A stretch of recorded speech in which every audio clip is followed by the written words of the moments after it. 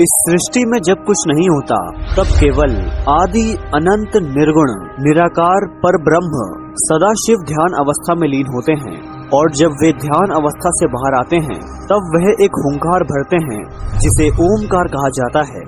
उसी ओमकार से माँ आदि शक्ति की उत्पत्ति होती है और सदाशिव और माता आदि शक्ति के मधुर मिलन से ब्रह्मा विष्णु महेश की उत्पत्ति होती है, जिसमें ब्रह्मा जी को सृष्टि की रचना का काम दिया जाता है, श्री हरि विष्णु को सृष्टि के पालन का काम दिया जाता है और महेश यानी शिव को सृष्टि का संहारक मान जाता है। और ये चक्र हर एक कल्प में ऐसे ही चलता रहता है।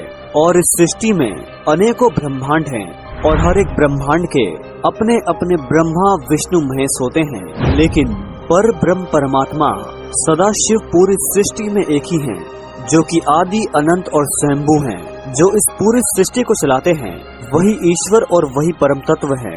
सदाशिव के कुल 5 मुख हैं और वही हर कल्प की शुरुआत में अलग अलग स्वरूप धारण करते हैं।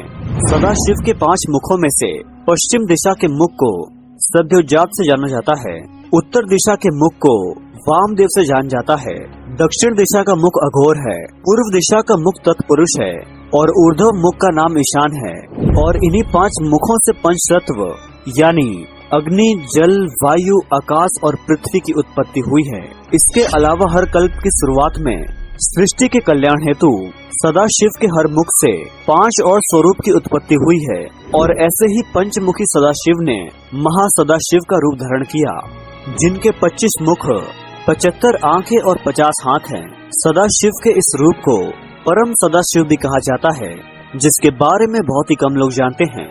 ऐसा वर्णन मिलता है कि जब भगवान महासदाशिव महाकैलाश पर दर्शन देते हैं तब सृष्टि के सारे ब्रह्मांडों के ब्रह्मा विष्णु महेश और अनेकों ब्रह्मांडों के इंद्र समस्त ऋषिगण उनके दर्शन हेतु वहाँ उपस्थित रहते हैं। सदाशिव के 5 मुखों में से हर एक मुख से जो 5 स्वरूपों की उत्पत्ति हुई वो कुछ इस प्रकार हैं।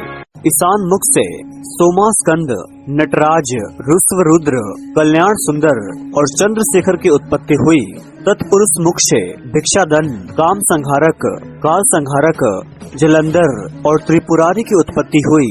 अघोर मुख से गत संहारक, वीरभद्र, दक्षिणामूर्ति, नीलकंठ और किरत की उत्पत्ति हुई। वामदेव मुख से कंकला यानी कंकाल को धारण करने वाला चक्रप्रद, जिसने भगवान श्री हरि विष्णु को सुदर्शन चक्र प्रदान किया था, गजारी, चंदे सानुग्रह और एकपद की उत्पत्ति हुई है। और सद्योजात मुख से लिंगोद्भव, सुखासन, हरियर स्वरूप, अर्धनारीश्वर और उमा महेश्वर की उत्पत्ति हुई। इस प्रकार सदाशिव ने अपने 5 मुखों से 25 स्वरूप उत्पन्न करके महासदाशिव का रूप लिया, जो कि अलग अलग कल्पों में सृष्टि की शुरुआत से लेकर और सृष्टि के अंत तक सृष्टि और जीव